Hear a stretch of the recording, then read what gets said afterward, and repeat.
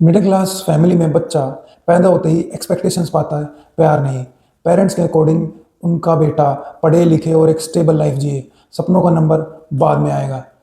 हालांकि पेरेंट्स का इरादा गलत नहीं होता, वो चाहते हैं कि उनका बेटा फेलियर ना देखे, पर सच्चाई से कहीं अलग है। भारत में एक सर्वे के अकॉर्डिंग केवल 60 से 65% लोग ही अपनी जॉब से सेटिस्फाइड हैं, यानी कि हर 3 में से एक इंसान अपनी जॉब से परेशान है। ये जॉब हमें देती क्या है? स्लो इनकम ग्रोथ और बढ़ते हुए खर्चे, यानी नौकरी तो है पर संतोष नहीं, इनकम तो है पर फ्रीडम नहीं। दिल्ली का एक लड़का जो क्रिकेट एकेडमी ज्वाइन करना चाहता था, पेरेंट्स ने कहा रिस्क मत लो, सरकारी नौकरी की तैयारी करो। आज 28 साल का होने के पास ना उसके पास सरकारी नौकरी है और ना कोई स्टेबल जॉब, बल्कि उसके मन में एक सवाल है जो उसे हमेशा खाया जा रहा है, क्या मैं वो कर रहा हूं जो मुझे करना चाहिए था? जवाब है नहीं। लेकिन डिसीजन मेकिंग पावर नहीं आई, रिस्क लेने की कैपेसिटी नहीं बनी, सिक्योरिटी की दौड़ में अडेप्टेबिलिटी खो दी और कभी खुश ही नहीं रह पाया। रेंट डबल, स्कूल फीस को कोई कंट्रोल ही नहीं, मेडिकल कॉस्ट का कोई हिसाब ही नहीं। लेकिन रुकिए, असली चोट ये नहीं, हिडन लेयर है लाइफस्टाइल एक्सपेंसेस। यानी इनकम बढ़ रही है लेकिन एक्सपेंसेस उससे तेज भाग रहे हैं। 2005 में एक सिंपल फैमिली एक लैंडलाइन फ़ोन का यूज़ करती थी, आज फैमिली के हर मेंबर के पास अपना खुद का स्मार्टफोन है जिसमें अनलिमिटेड डेटा प्लान है और OTT सब्सक्रिप्शंस है। 500, 1000, 1500 के ये खर्चे धीरे धीरे कब 5000, 10,000 के बन जाते हैं पता ही नहीं लगता। अब एक रियल सिनेरियो समझो।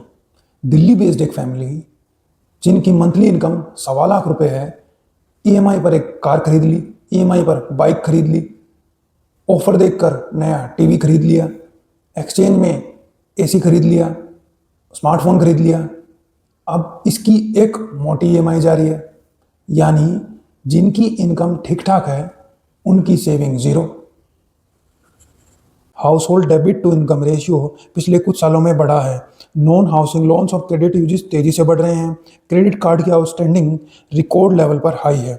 मतलब साफ है, खर्चा क्रेडिट कार्ड लोन के फंड से हो रहा है, सेविंग्स है नहीं। कंपैरिजन कल्चर इसे और खतरनाक बना देता है। फलां के पास SUV है, फलां के बच्चे इंटरनेशनल स्कूल में पढ़ते हैं। ये इनसिक्योरिटी कब फाइनेंशियल प्रेशर में बदल जाती है पता ही नहीं लगता। मिडिल क्लास का 2 बार कटता है टैक्स। पहला जब सैलरी आती है यानी इनकम टैक्स, और दूसरा इनडायरेक्ट टैक्स यानी इनकम टैक्स कटने के बाद जो बचता है उसमें से खरीदी गई चीज़ों पर GST, गाड़ी में पेट्रोल भरवाया तो वैट, एक्साइज, रेस्टोरेंट में गए तो GST। इसके अलावा property tax, road tax, toll tax और ना जाने कितने टैक्स।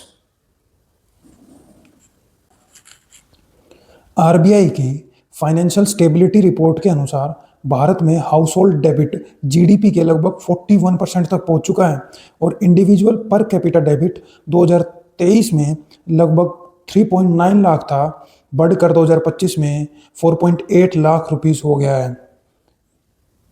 यानी एक तरफ से सिस्टम की मार और दूसरी तरफ से लोन और EMI से फ्यूचर इनकम का खर्च।